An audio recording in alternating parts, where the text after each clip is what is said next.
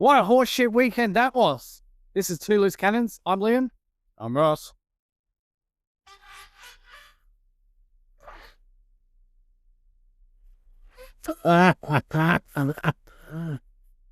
Always fast off the Kleenex. Coming.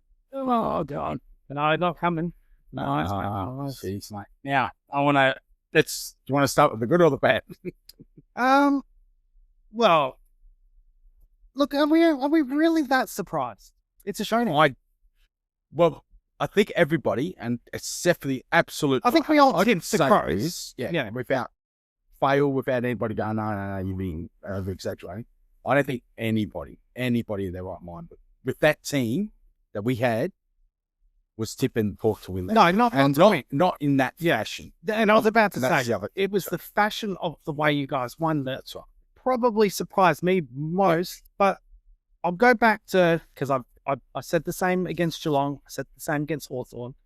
Against sides that don't have a quality midfield, you guys are in with a shot. Yeah. And the Crows don't have a quality midfield. It's well documented. Yes. But that's fair enough, but you've always found a way. Yeah. So at the end of it all, I mean, that was the shocking thing, because you've always found a way to manage to get to overcome the fact that you don't have a dominant midfield. Yeah. To win games. And that's been your pressure. Yeah. Now your pressure was ramped right up. Both teams, I think, in the third quarter were well over 200. That doesn't happen often in games where both teams are. No, over 200. it doesn't. So, but our pressure's high because we're chasing a lot of tail. You guys at the ball. Maybe. Yeah. And you know, when you didn't have the ball, it should be more about what you guys did. Yeah. That pressure was elite. I mean, that Georgiades rundown on Michael Aney that turned the ball over. Turned the ball over. Was it Richards or Durden that got the goal? It was Durden. Yeah. That was, I mean, that's the game right there. Yeah. One side really put in, and I don't want to discredit anything Port did. It could, because the Crows did bring the pressure, so there was some element of their game there. Yeah. They're not completely off. No. But ball in hand, when the pressure was there, it wasn't good enough. Well, that's it. And because the other team came at you as well, like they matched, and that's the thing. When they matched the Crows, when Port matched the Crows, it was an even balanced game. Yeah. Like it was just an arm wrestle. And it was just a matter of who was just had that bit more polish or a bit more clean. So it was that sort of thing. And I don't know, has any team come at you the way we came at you? Melbourne did the week before. Yeah, true. And you managed to find a way to get over the line. So, you know, I mean, Melbourne don't have the midfield you guys have. Yeah, that's the true. thing. But we were sitting there, and with every single miss, we were like, well, they didn't get me. So there was this whole, like in the group of people I was sitting with, there was this expectation that you were going to come.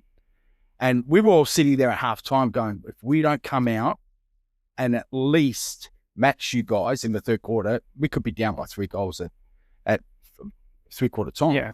So there was this expectation that, great, we played a great half, but that's not the game.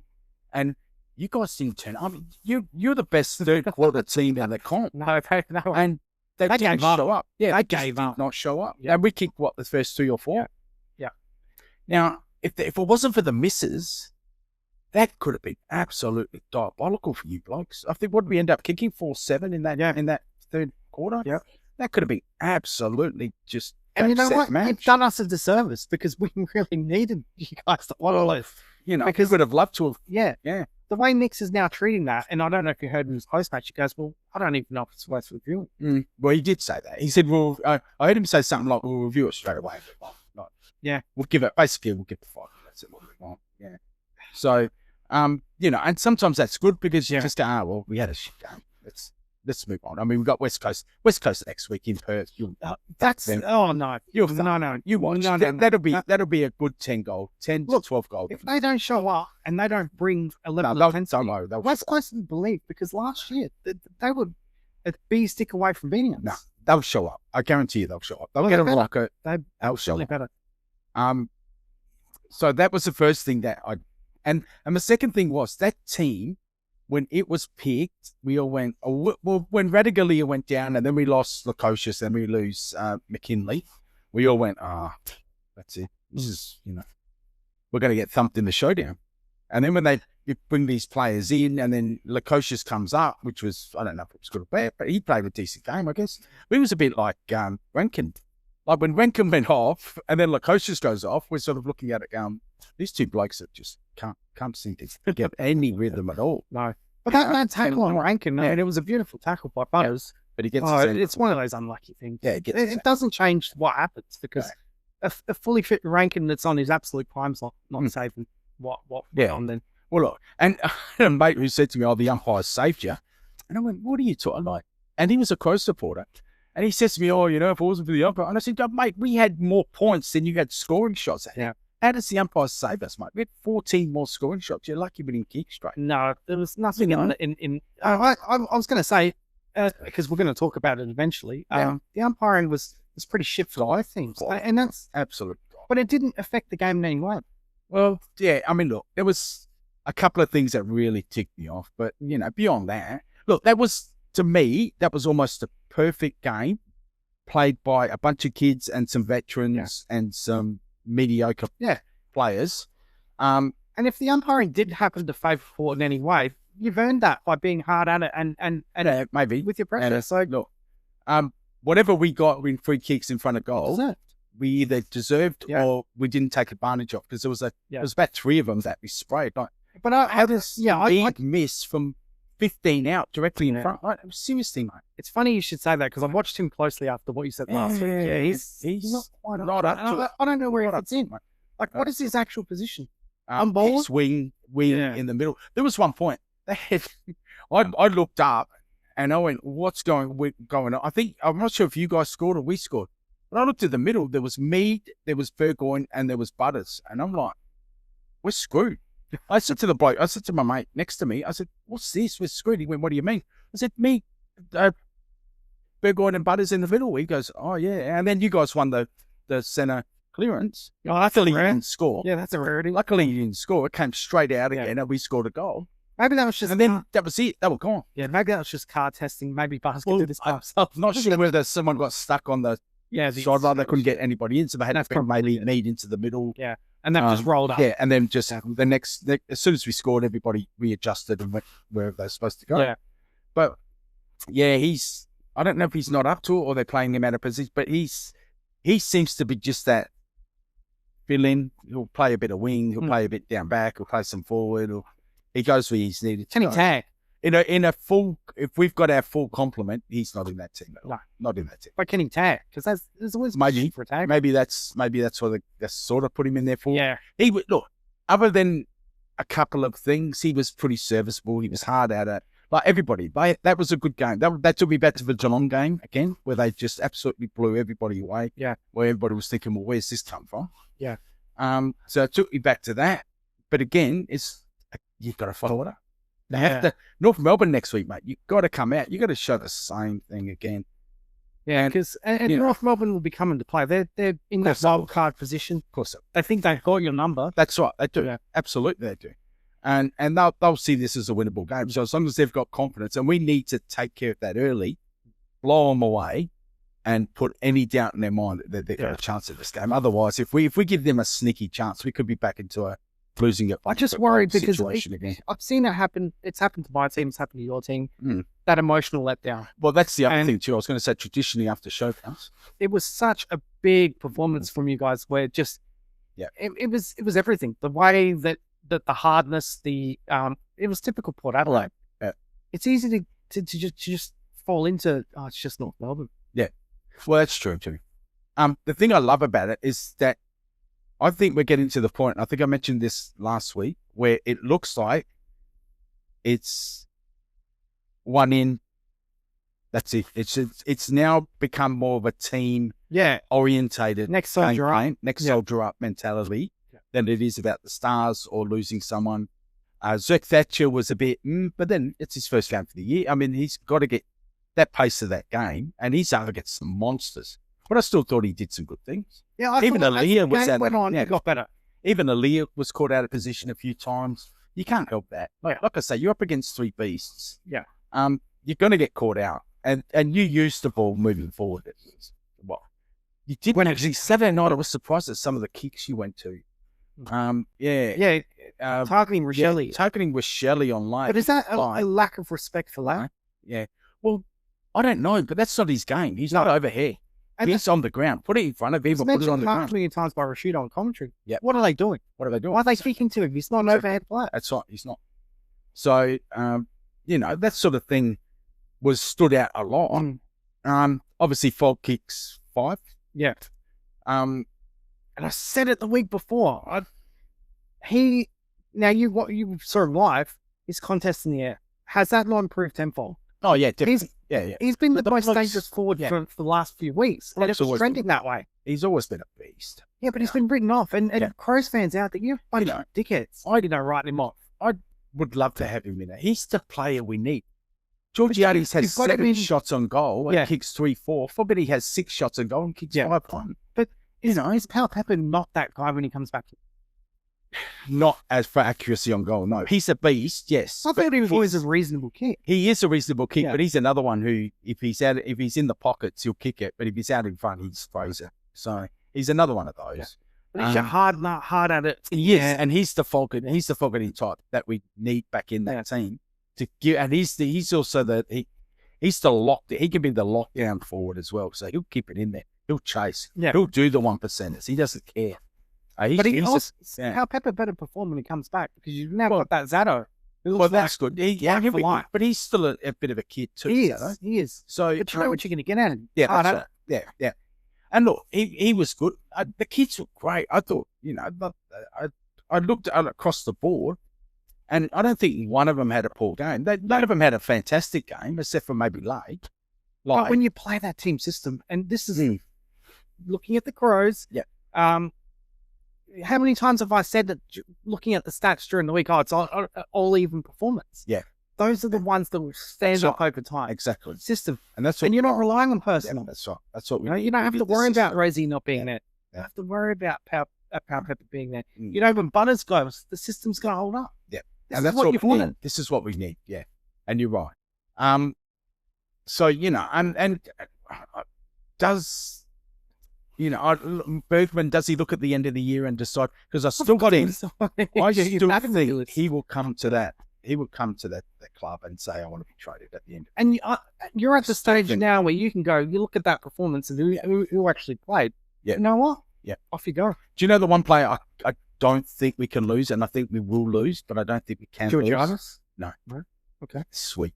I still don't know. I don't think Vicentini's up to it at the moment. I really don't. I don't think he's the number 1 runman at the moment. Whether he is in a year or two, he's not. I know that he's the future. He's definitely not. Not at the moment. Sweet was in the rough. Yeah. That's when your midfield dominated. Absolutely dominated. When Phil Thorpe, our second ruck, is going against Vicentini, we felt like we were in the game. Yeah. No. And this is the same bloke, Phil Thorpe, who struggles against number 1 rucks against other clubs. Yeah.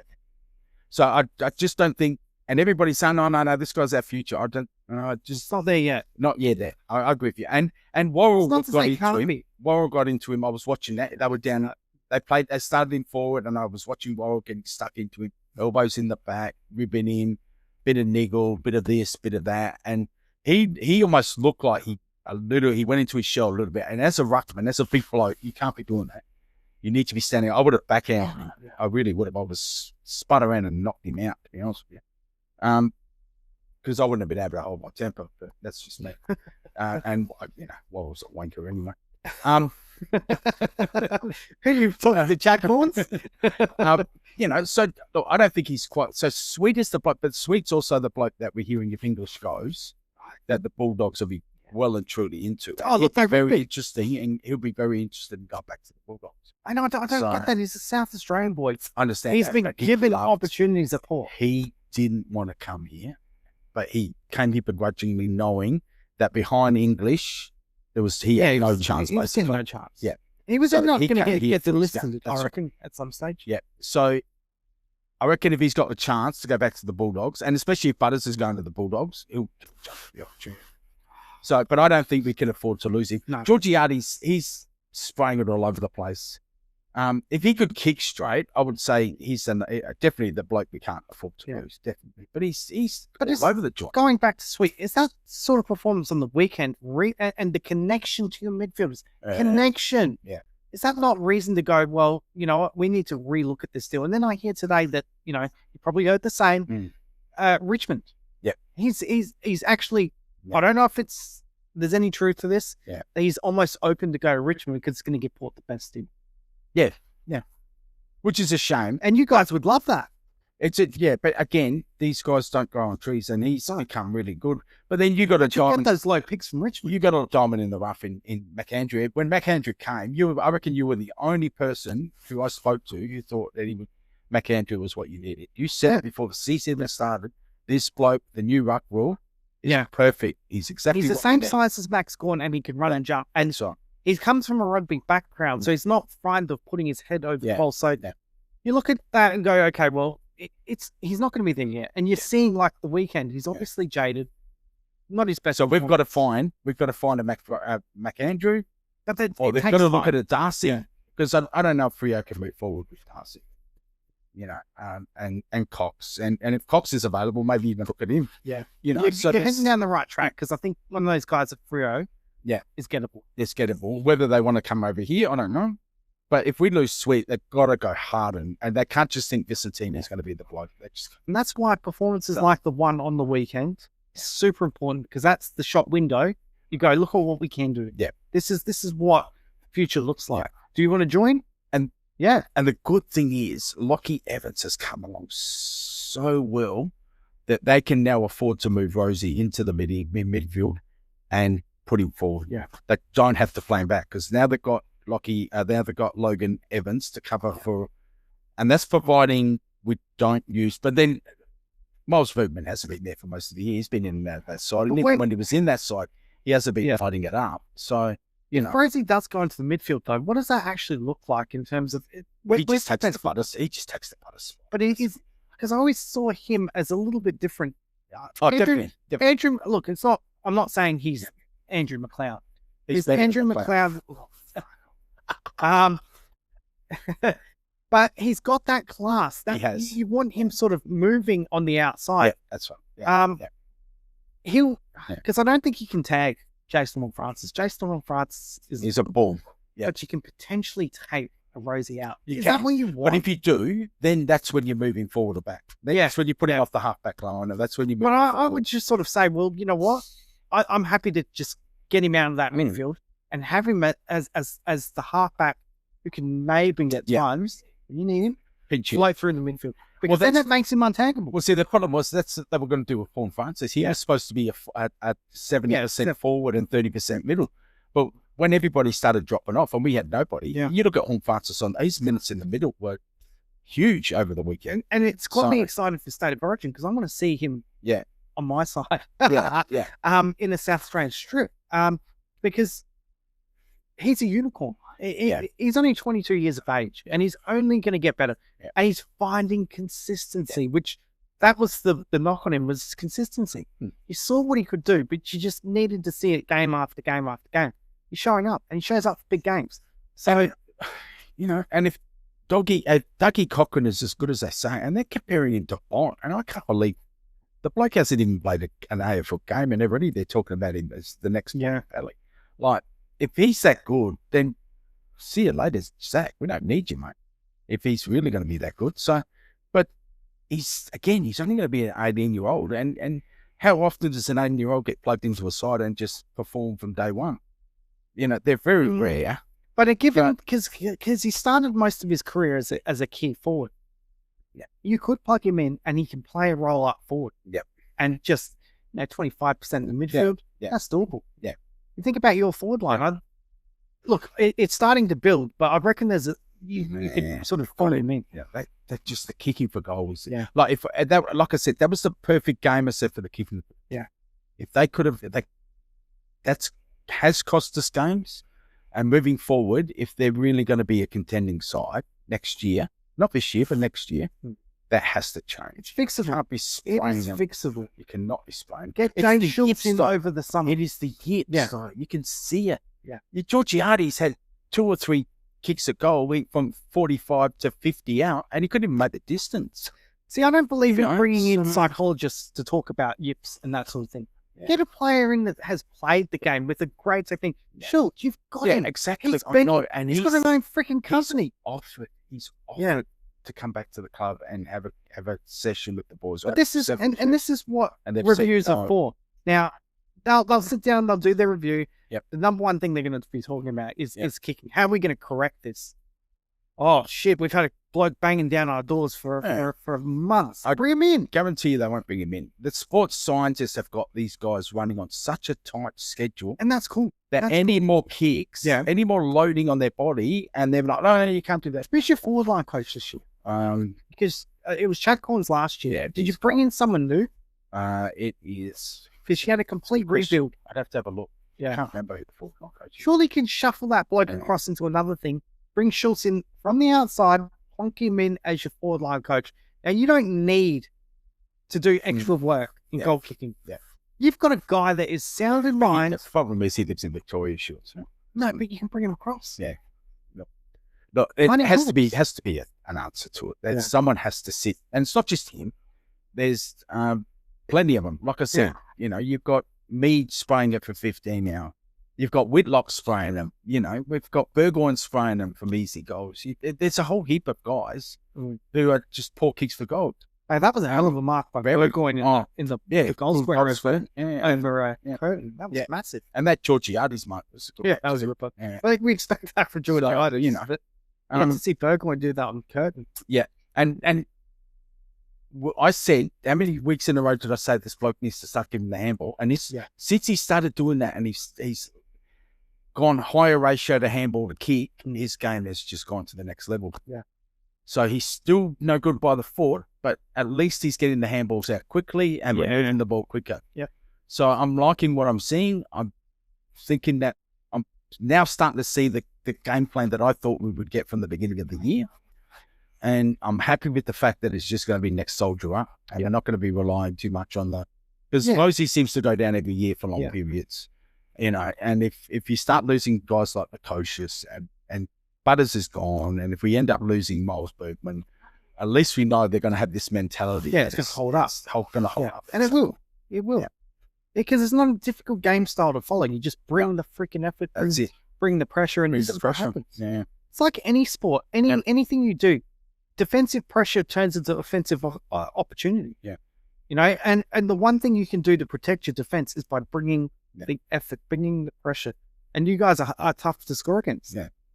So what are you expecting next time? You said that you were a little bit worried about the West Coast game. Yeah, just because of the history. They're going to be up. And they'll look at it as West Coast.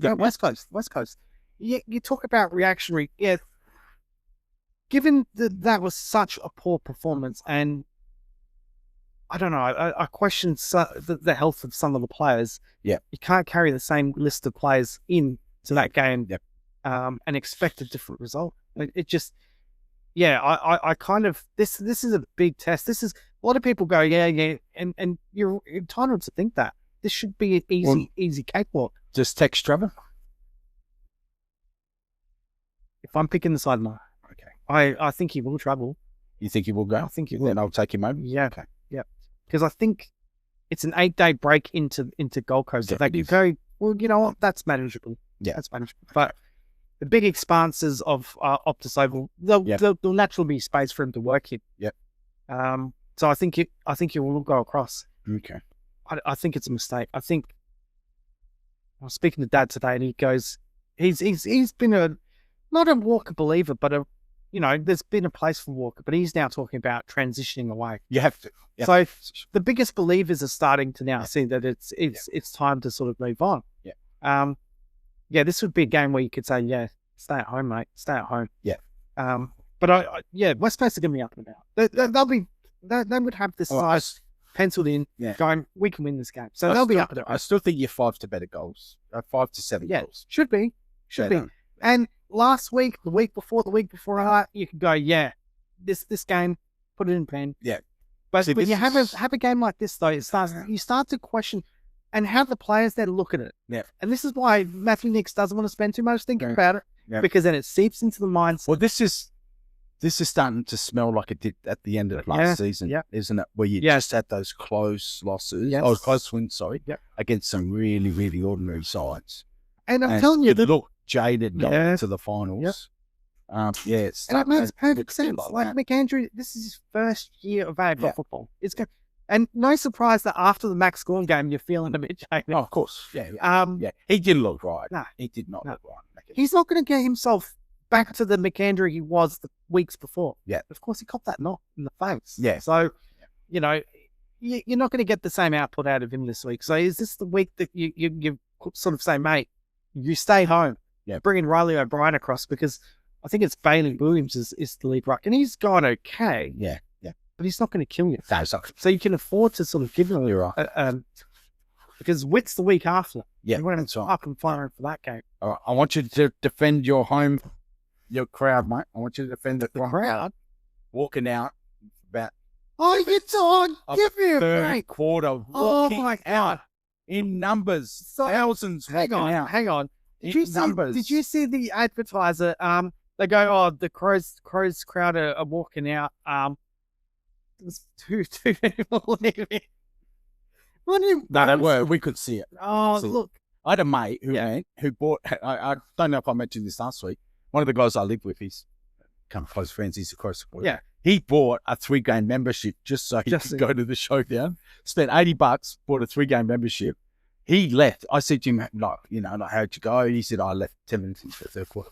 Look, he said I wasn't the only one. Yeah. He said there was about 20 people who came with me when I walked down, and there were people in our stand, in the Redback stand, who we saw flooding. Like when we kicked that 3 or 4 in a row, they just were flooding, like grabbed their bags and were leaving. But you know what? Look, at the end of the day, you're the best third quarter team in the comp. Yeah. All year long. But you could smell it early on. I smelled it in the first 5 minutes. If I was there, I would have left after 5 minutes. I'm not sticking I was confounded. I thought, no, you're still in this game. It was too early. Way too early. I understand. I would have understood if you left at 3/4 time although you would have gone through a little bit of pain having to sit there through the whole third quarter. But I would have understood that because they're down by 30, whatever it was, 30. There was just 34. There was a smell. There was a smell. Yeah. And it was, look, the midfield, you guys, time and time again, what was in the first quarter? There was absurd stats, like something like 13 centre-bounce clearances. Yeah. Look, eventually you're going to get yourself into the game as far as that's concerned, but you can only get yourself in so far. And if you're working back from 13-1 down, Jesus Christ, you need to come back from a fair way. We often say we don't want to be umpire bashing, but across the board, like across all the games, we're not just talking about the show. I thought that was particularly shocking. There were 2 really bad goal umpire decisions. Disgraceful, in fact. Yeah. We could see the deviation from the Home Francis hitting the post. We could see that from where we were sitting. And that was way down the other end of the ground. Yeah. And we could see from where we were sitting that ball bounced over the line. How the goal umpire didn't see it. He had a clear view. It wasn't like there was players in front of him. There was fresh air between him and where the ball bounced. And you could see it definitely went over the line from where we were standing. So watching it live, you don't get on TV. So I'm not at the ground. It looked like it crossed the line before we even looked at the angle. So live, I've gone, why is it not a point? It is a point. Why haven't they called that? Why haven't they, the umpire didn't even consult with the guy on the post. One, he didn't consult. One, he was being told by Lockie Jones that it was a point, and he just pushed basically, go stand them up, mate. The goal umpire should be calling over the last shot and go, hey, can we quickly get this checked out? Yes. And now the AFL look like absolute idiots from another mistake because an umpire was too arrogant to go, well, hang on, let's have a look. And the goal umpire who was in perfect position, wasn't quick enough to realise, oh shit, that's bounced over the line. Yeah. And then the one, like I said, it was obvious, the one that hit the post. Oh, it was. It's obvious. It was. Like it deviated. It was going left, and we thought, oh, he's missed it. Yeah. And then all of a sudden, they made a right-hand change. Yeah. Yeah. So the only thing he could have done was hit the post. Yeah. So, and then there was the Taylor, who kicked the goal in the third quarter where it went like all of 9 meters. And he got tackled, and even he was like standing there, and then the umpire started to mark. Yeah. And the poor players are going, what are you talking about, Mark? And I even saw, I think it was Lockie Jones go from there to here, and he was like, no, don't want to hear it. What about the Butters play on one from then he got the 50 minutes? No, that was, Well, look at the replay. He didn't come back into the field. So you can't be play on until you come back to the field. So he's come back. He's made like he slips, and he's still out of bounds. So when he slips, he's still out of bounds. So he's some leniency. If the umpire, look, by the letter of the law, that's there. but give something. What about the Ollie Wines one where he got busted for holding the ball when he did deviate? And I thought, and you could see the umpire straight away went playing on. But that's another one where he should have said, given him the lead. Go back. So many times you do. So many times you get that leaning. That's exactly. What was look? I don't know if it was the umpires looking to insert themselves. Like, don't know. Big game. Yeah. They know it's a standalone game on a Saturday night. Let's make it about us. Exactly. I don't get it, mate. These guys have to realise the game's not about you. Put the whistle. There were so many times we thought, just put the whistle away. It wasn't that bad. Really? Right. And then there was the Tex getting tackled by 3 blokes on the boundary line. he fended off 2 of them. And it steps out, and they sort of find a hole near the ball who's walked out. That's it. So, and then you you wonder why people go mad and think, what's going on? And people turn off the game. It's because of these decisions. So have you noticed, because I know you would have watched that game back, commentators speaking about the umpiring and panning the umpiring, absolutely panning the umpiring more and more because they know players can't speak about it. This is not what the AFL wants. But it looks to me now, commentary are now going to fly that flag and go really hard at the umpiring until the AFL open their fucking ears and they're not going to open their ears. They're deaf. They're tone deaf. But they don't want us talking about it. The fact that we're talking about the umpiring, it shouldn't be a topic. They are absolutely tone deaf at the moment, the AFL. And Greg Swan, they should turf him out. Yeah. I've said this 5 times. We were really happy when we heard too. He was going to be coming in. And it started off good. When you make those rule changes. Turf him out now. For me, you're no good, mate. You haven't done anything. You haven't fixed a thing. You've made it worse. The last touch rule is really pissing me off because they don't know how to real wrong with it. If the ball is going out and you see players rush to dive to touch it before it goes out, that's not a good look. Let's just make it, if it comes off your player's hands last, like basketball, it's possession arrow. Possession. Yeah. Okay. Do you not think? Because then you wouldn't have these ridiculous incidences. And then, has it touched? Well, that's the other thing. Like Tex touches it 3 meters over the line and they that was a ball in. And even Rashida was going, surely that's a helicopter. But then if it's rolled as in it's your possession arrow, then that's when you take that bullshit out and it's just... I understand what you're saying. Yeah. Well, look, people have that rule, as it is, and it's because of the way they're interpreting it. It's a good rule, and we advocated for this rule to come in because we have it here in the SANFL. Watch the and it's adjudicated well in the SANFL. Exactly. If you're from the state and you happen to be seeing this, watch the SANFL. Watch the SANFL game. Just 10 minutes, and you'll see how it's ruled. Even the the AFLW, they officiate it really well, and they've had it since the beginning. That last touch on, and they officiate it because I've watched the SANFL the last couple of weeks because the Crows have been playing, and watching how the players talk to the umpires. There's none of that frustration that you see because the way it's adjudicated. And let's face it, our sides get shafted against the traditional. Well, you guys are traditional, but the standalone SANFL sides. But our players still don't whinge because generally there's a flow to the game. Most of it makes sense the way it's umpired. Yeah, agree with you. Okay, so my votes were Butters wins the medal, so obviously he gets the 3. I thought Horn Francis was huge. Amazing game. He gets the 2. And then there were so many blokes I could have given the 1 to. And I flipped and I crossed and I went this way and I went that way. I want to give an honourable mention to Josh Sly. Thought he was enormous, but in the end, has to be. Yeah, you've changed that because on the I have to go with Sweet. He absolutely smashed. Because you think about it, when the game was there to be won, he set the tone. Yeah. And it was impossible for us to get back in. Yeah. And there was times, and look, McAndrew, to his credit, obviously told him to come at him hard in the second half. Yeah. In the end, Sweet still edged him. Yeah, he did. So that leaves Butters on 24 and Horn Francis on 21, and then forget the rest. Yeah. What about you, Lance? How'd you go? So, look, I had to be Foggy. He was about the only one who turned up to play. Came with the right intensity. Best game for a while. That's the Crows forums, not to pull the Crows forums. I see week in, week out, this poor bloke getting absolutely flogged, as you've called him, flogged. Yeah, floggedy. Because he hasn't been cherry ripe. To be fair, both him and Phil Thorpe, and I've given him we've said this before. People don't have the feel for the game. They don't understand what's going on. You can see that he wasn't fit, wasn't cherry ripe. He's got himself fit, and he's like I've said the last couple of weeks, really impressed with how he's competing aerially, which hasn't been a strength for him.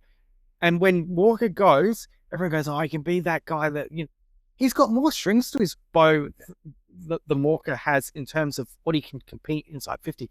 He's not as good with his field kicking than Tex. He's not as creative that way, but inside 50, he's as good as anyone on our list. Yeah. And I've gone to Thilthorpe, and I was talking to you just before we come on air. It's funny how he was up and about. If he was up and about in the first showdown, it's a different looking game, that first showdown. It's not as close. Probably kick away a little bit. We've got him up the cherry right, but the ball's not coming to the forward line. It's so difficult because really there shouldn't even be a 2-1 for the Crows. But just for how he competed in the air. I agree with you. There wasn't a lot of... He was really, really good in the air. That's all I can say. Yeah. There wasn't a lot else to say. And Dawson... I'm shocked with you. Yeah. I didn't think he had a good game at all. But no, but he was... Who else do you give it to? I would have gone with maybe either... I thought Borlase had his... Oh, no, Borlase got beaten by... He did, but I still thought he had some good moments on... Yeah, anyway, this is Georgianis. No, I'm happy for him, because I influenced yours. I just thought... And maybe Saligo. I thought Saligo was... No. Right? No. But I thought he had a better game than Dawson. Yeah. Like, Dawson was totally cut out. Look, but anyway, you won both those. Here's the thing. I can see massive improvement in Saligo, but if he gets traded at the end of the year, I would not be surprised. Yeah, okay. You reckon that's it? I don't know if there's something not right with that bloke. and people could interpret that. I don't know if his work ethic is there as what... So he was charting in the right direction, Tristan. He has fallen right away. So I question, is he working as hard as what he can be behind the scenes? Yeah. Okay. Everyone knows he had the hard issue at the start of the year, but I don't know. I'm questioning. I think he's being found out a little bit with his work ethic. So all I can say, he wants to be the player he wants to be. Look, if the Crows do lure Lockie Neal across, maybe Lockie Neal can put his arm around him and show him what, because there's some similarities there. If he does. It sounds like, from what I heard, he's already said to Fremantle, I want that back. That's what I heard. That he's already approached. Really? And said, yeah, I want to come back. He's already done that. So that's what I'm hearing. And he didn't even entertain the Collingwood. No, because that didn't make any sense. But his family arrangements, this was going to purely be a family decision. So it was either going to be with SA, which was, again, it's not ideal because his parents live out country, but it's closer. Yeah. And so they're happy to make that five-hour drive if that was right. But it's not. Yeah. From what I'm hearing, the management have already approached Fremantle and have already said to Fremantle, he's willing to come back. Yeah, I thought there was a disconnect between him and Fremantle there and the family. They didn't want him in that close proximity. Did you see his mistress was in Adelaide? I did not see that. No? I don't generally take notice. No, well, it come up on... I was just wives and everything. Scrolling through X. Yeah. And it was this footy account going, what do we have here? Okay. Making a little bit of trouble. Okay. Maybe she's scouting out future places where Neil could be. Maybe. Yeah. And I'm not saying he's coming to the Crows. Is it down at Port Adelaide? Well, it could be. Here's the thing. Don't discount Port. There's a lot of cash going around. There will be. If Butters is gone, there will be a lot of cash. And from what I understand, he's not a big fan of the Crows. So, yeah. Well, so you've got... Miller's been out for 20 weeks and still leading your... 13 for Miller, 13 for Dawson. Yeah. But this is kind of worrying that there's no one really emerging here. And it's not at all. Like, even your 3, 4, and 5 are within striking distance if you wanted to. Yeah. So, I don't know if that means you've got a really well balanced side or whether it just no one's performing. No, it's I'm not seeing a lot that I like, to be honest. It's on a regular basis. Let's move across to something else here. Your favourite, Chelsea Randy. Well, look, she is a wonderful human being. I've met her once or twice with the boys. She's very, very good with kids, but one thing when I've been there at the club to observe, she's well respected by the men. Oh, yeah. And really, really well respected by everybody, I would say. No, she's been assisting the assistants. So she's been working with the men's program. Yep. Everyone's going, Darcy, what do you call her? little short, big forehead. Your account, right? Oh, you mean the one who's coaching West Coast? Yeah. Yes. That's it. Why am I saying Darcy? I don't know. Daisy Pierce. Yeah, Daisy Pierce. Sorry for the disrespect. One of the big four. Wonderful player. Anyway, go on. Everyone knows who I talked about. If you just said the former Melbourne player, I don't know. What's the other? Mental blank.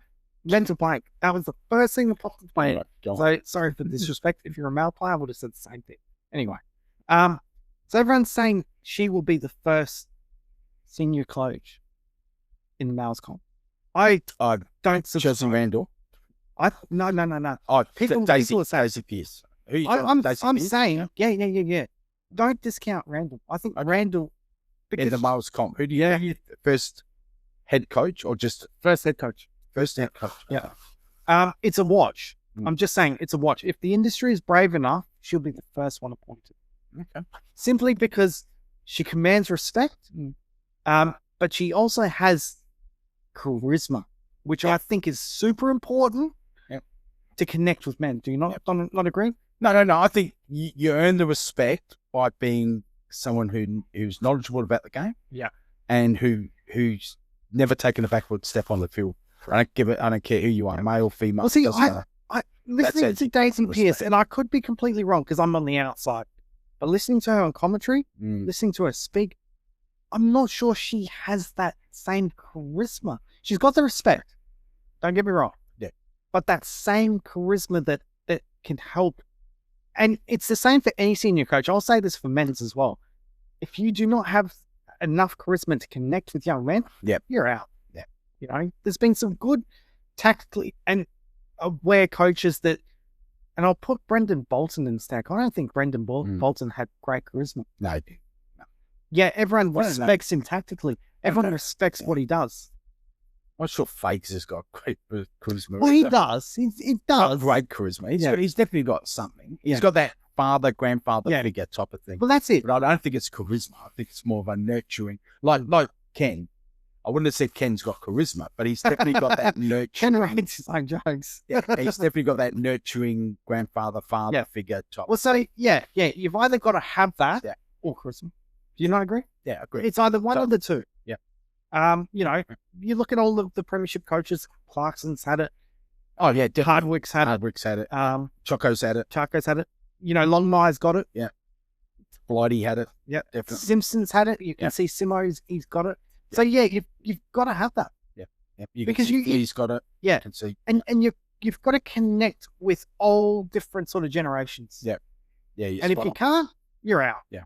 So charisma is the thing that helps connect. So like you said, that will be an interesting watch. But it's a shame that it's another concussion. It is. It's because of concussions. It's more and more. It is. Yep. And we hope that her future's bright because we don't want to see anybody suffer from the symptoms of. And her future will be, like I said, the fact that she's pulling the pin now means that she shouldn't have. Well, hopefully, not have that. So long term. Yeah, definitely. And it's just a warning sign that just, hey, now's the time. If you cop another headlock, this is it. Yeah. Who was the West Coast player that's been stood down? Harry Edwards today. Did you see that? No, I didn't see that. So the concussion board has stood him down indefinitely. Yeah. Okay. That's what this is about. Now, he's at a different phase of his career. He's young. So that's that opportunity. And I think Randall was in the same position where she's been recommended to stand down. Yeah. I've just briefly read it just before I come here. Yeah.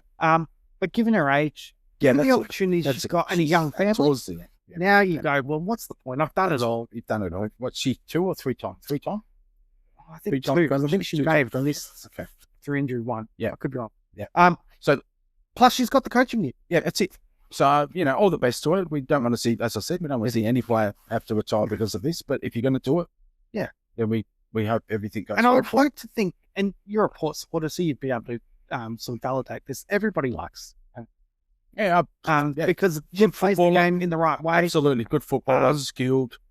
One of the ones that you wanted to watch. If you were going to a game, you definitely want to watch it because she was very, very good with hands, foot by foot. So definitely. But it's also when you see someone's a good, you get a feel that they're a good human being. Well, I've heard her speak, but I've never actually spoken to her. So She's But not yeah, the again, straight-laced you see. You can always tell by the way she's respected by the opposition teams and clubs, by the players and clubs. So you always know if you're a good person because of that, the way she's respected, and she's absolutely was even by the power people. She's respected. So yeah, but she's one of those players you looked over your shoulder. Where she yeah. She's come through like a freight train. Yeah. Can I just do one more thing on the showdown? Yeah. If this doesn't put a line through Marshall, I don't know what will. This bloke, I'm sorry, just when we're talking about concussion, because the game he played in the SANFL was diabolical, mate. That guy could not get near it.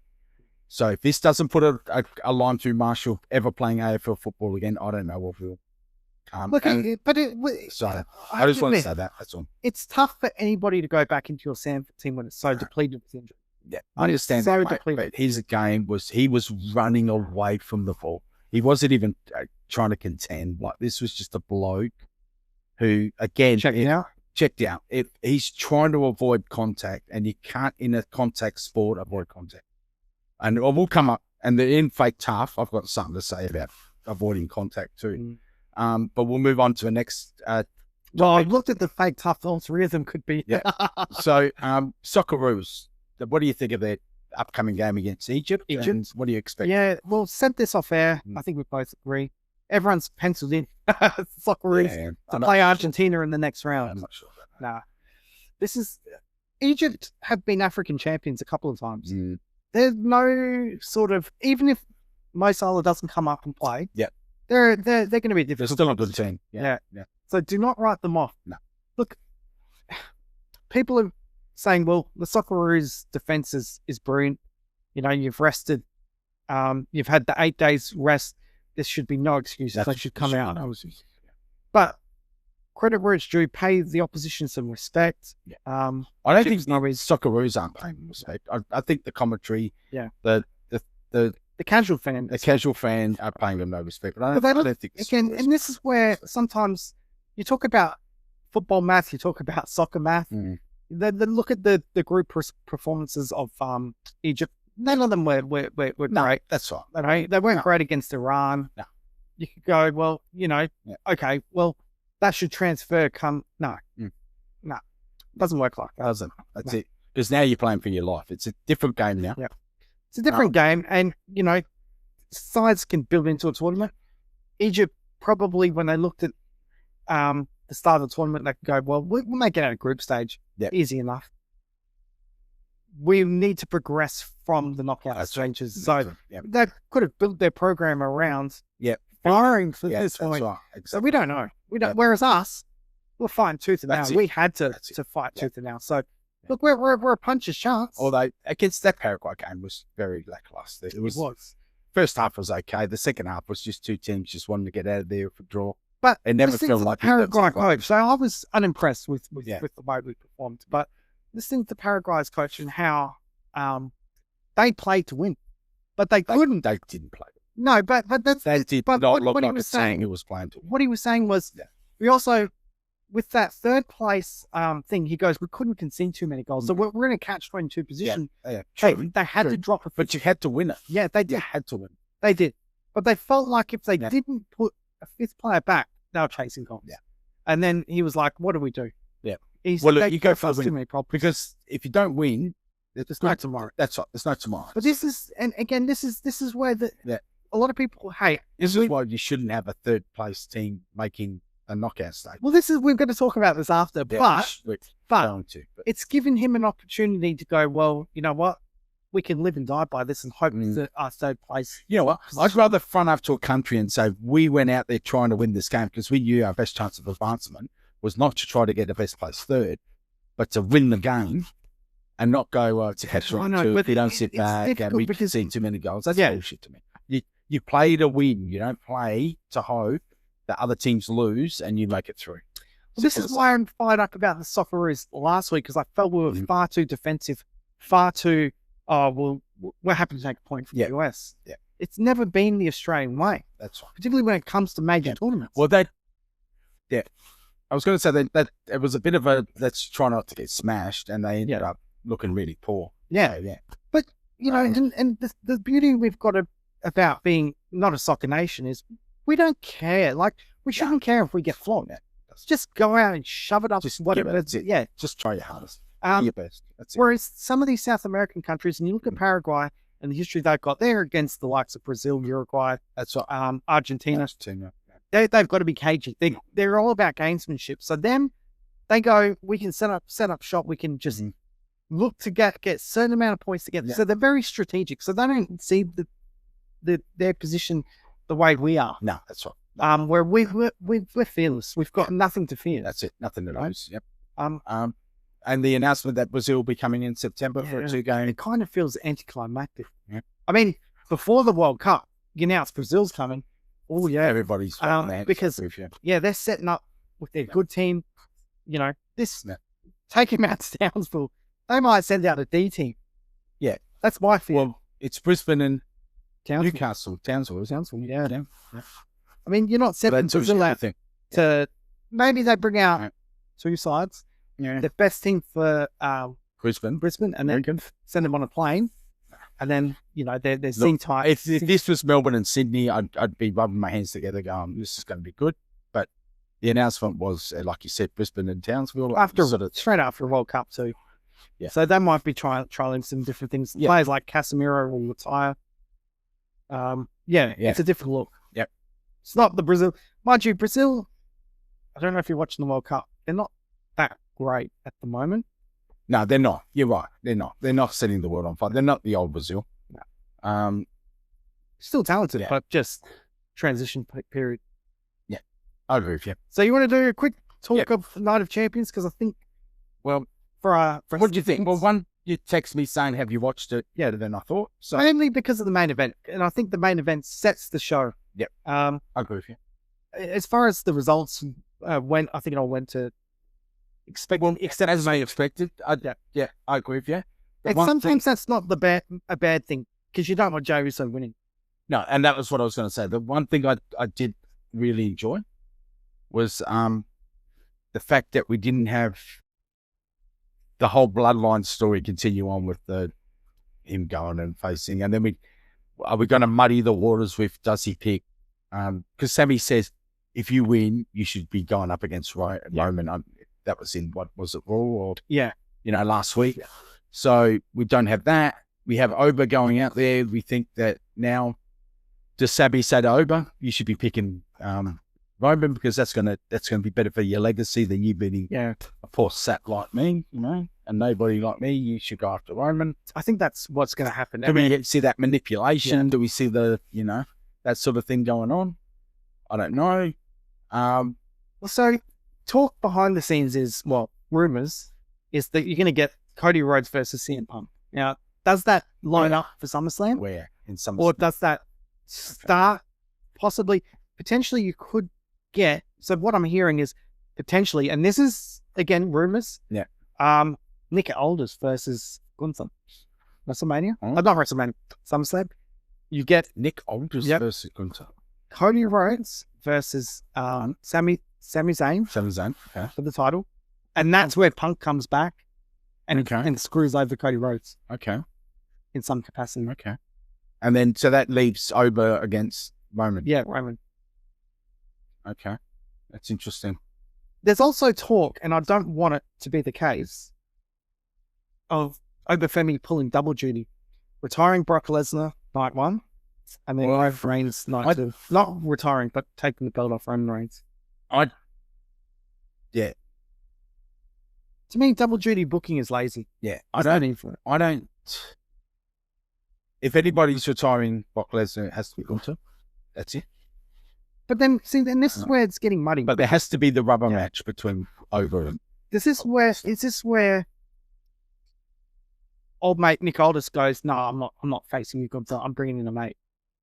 Brock Lesnar, there you go. Is that how you draw that match? No. Because there was that confrontation that... if you say I'm bringing in a mate, I don't know that they're mates, are they? No, but... Yeah, I'm bringing in... I'm replacing... I've got this guy. I get to choose someone. Yeah. Okay. Yeah. Yeah. Look. Because I just wonder how you get to that, because... But they got to have the rubber match. They've got to have that third match between Oba and Brock Lesnar before they can do anything. And that's what what, yeah. So that's where the money the waters.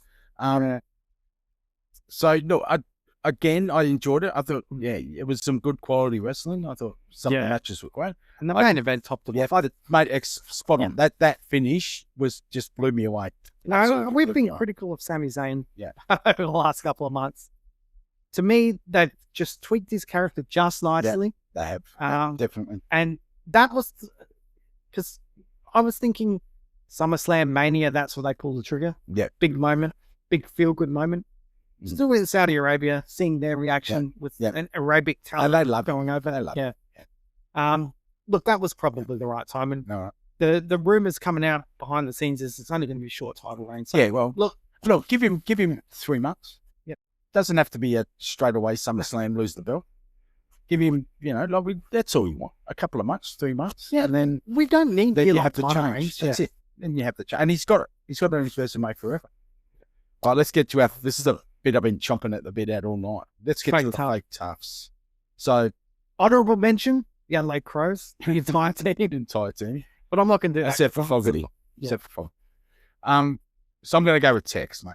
Tex, when you rush over to the crowd, the Port crowd, and you try to get in someone's face, finish off the conversation before you run away with your tail between your legs, and then don't start spraying shit, mate. That then has the stadium management coming down and asking the supporter what you said to him, and then saying that they're going to report what you said to the supporter to the AFL, because that gets you in shit.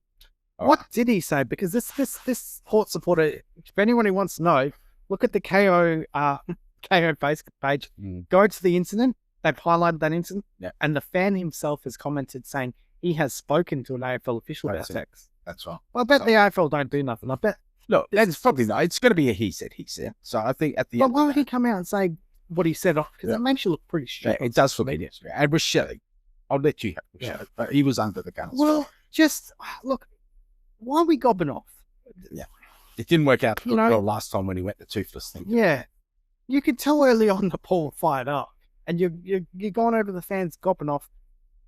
We've been through this before. There's no need to do it. It's completely unnecessary. And look, you know that it's going to be a long night for you when that ball's not coming out of the centre, so you're going to make yourself a target. And he has made himself a target. What was he finished with? 7 disposals, 1 goal? Yep. And that 1 goal was in the first quarter. Yep, he definitely did. He, not just that, but he was playing for free kicks, and he got called out by both Dwayno and Rue. Yeah. During the game, they both said, he's too good to be playing for free kicks, and he's playing for free kicks. Yeah. So that doesn't, when a former grade of your club is calling you out for playing for free kicks, mate, you might want to readjust what you're doing.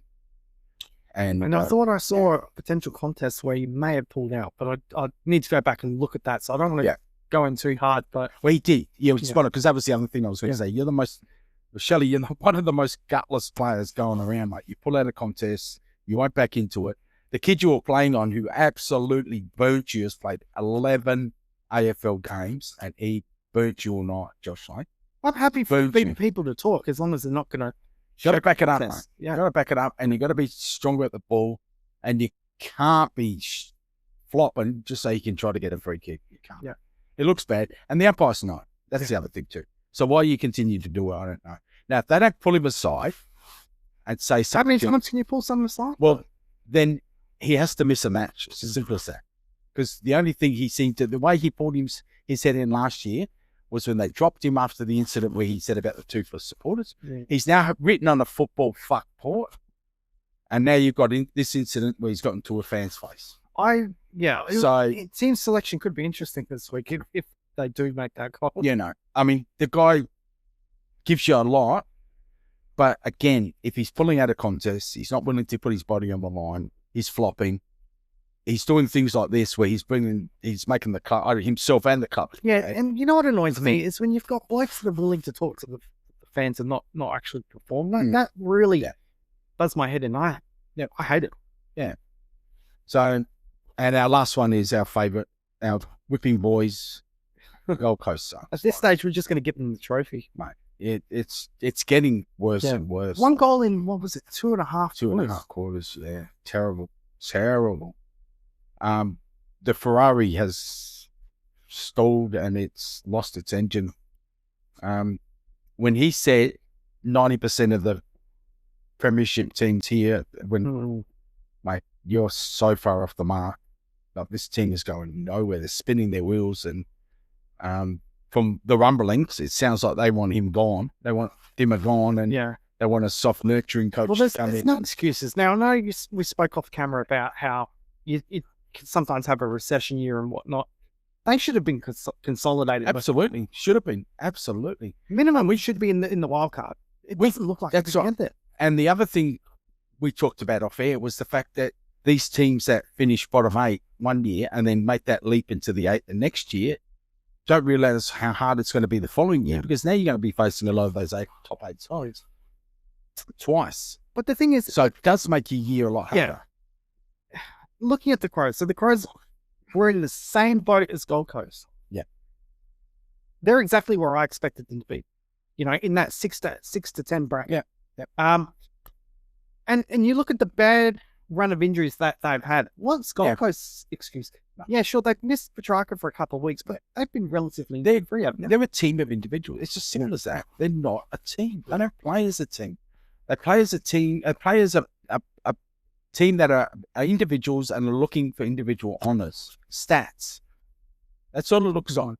They're definitely not cohesive at all. No. And none of them are happy to take any criticism at all. And the difficult thing with how they're going at the moment, that selling point of Hardwick's your coach. Yeah. Success is coming.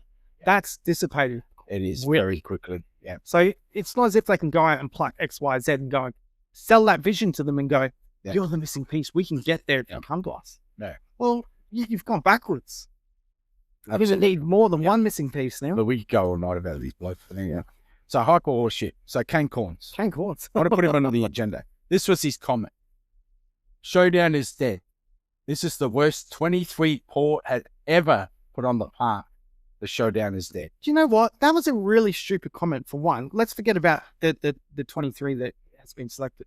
What happened in the last Showdown before that? The Showdown's dead. Like, you've had a game decided in the last 30 seconds. Yeah. Like, how on earth could you possibly come out with that comment? It can't. No. That's why it's horseshit. Like, you just can't say that about Showdowns at all. You said this to me last week. You said this to me last week.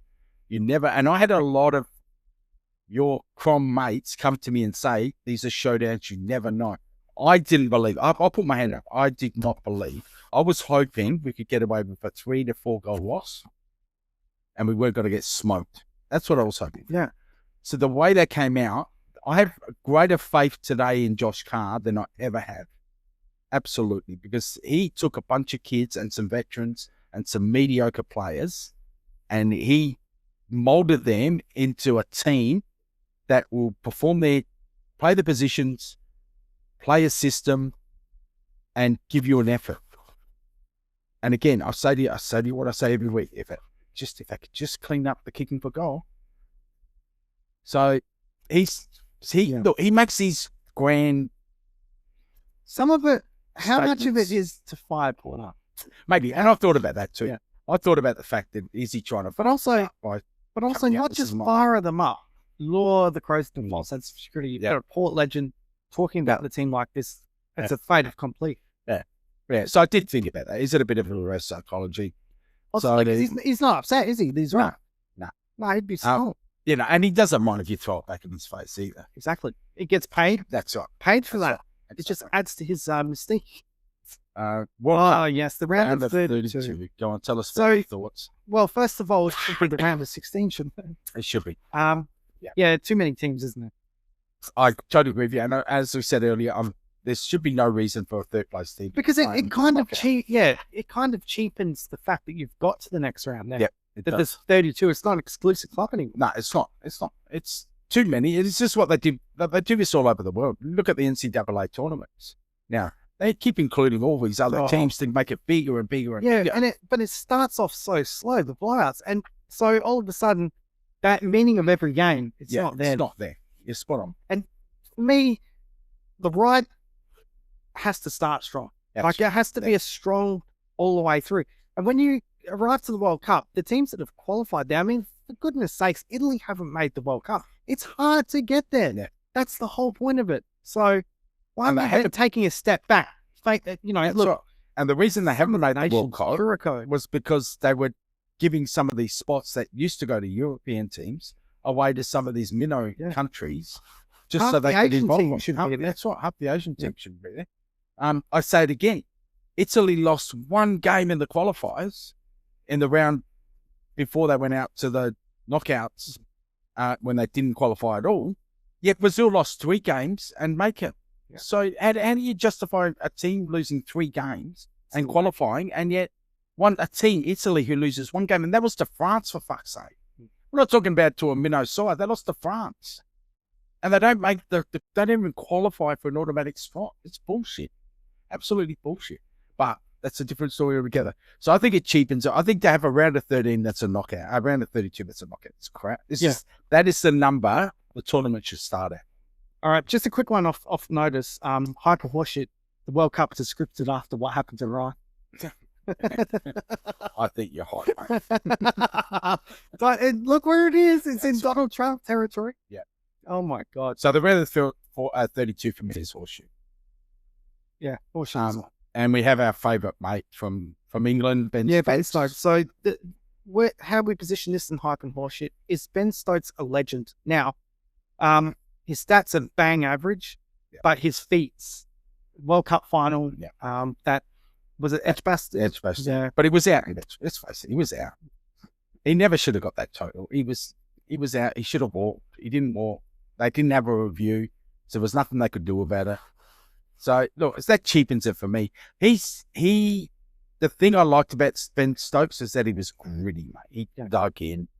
You had to earn his wicket. Like he just didn't give it away cheaply.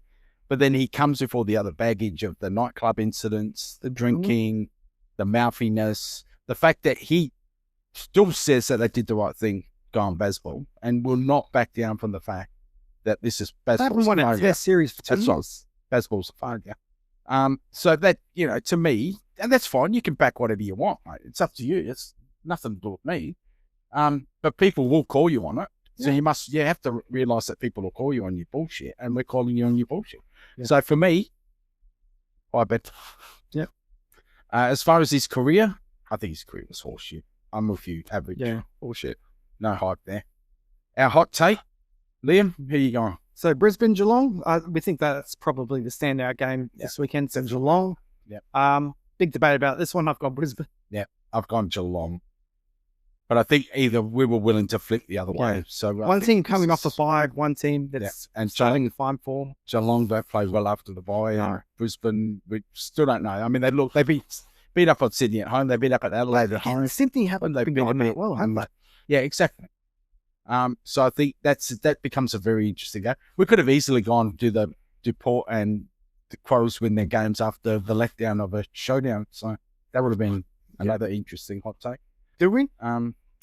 Well, I don't know. I think you've got the easier one. I think North Melbourne will come to play. And I think they may West Coast come to play. Yeah, that's true too. And I think it's more about what we've done too. Yeah. So yeah, it's going to be interesting to see if both teams have a letdown after the showdown, or whether they can get the job done. I'll go with that. We both win. Okay. All right. So I'm going to get us out of here with this. Why did the chicken go to the gym? Why's that? To work on his pecs. Thank you, Paul Torber. Good night.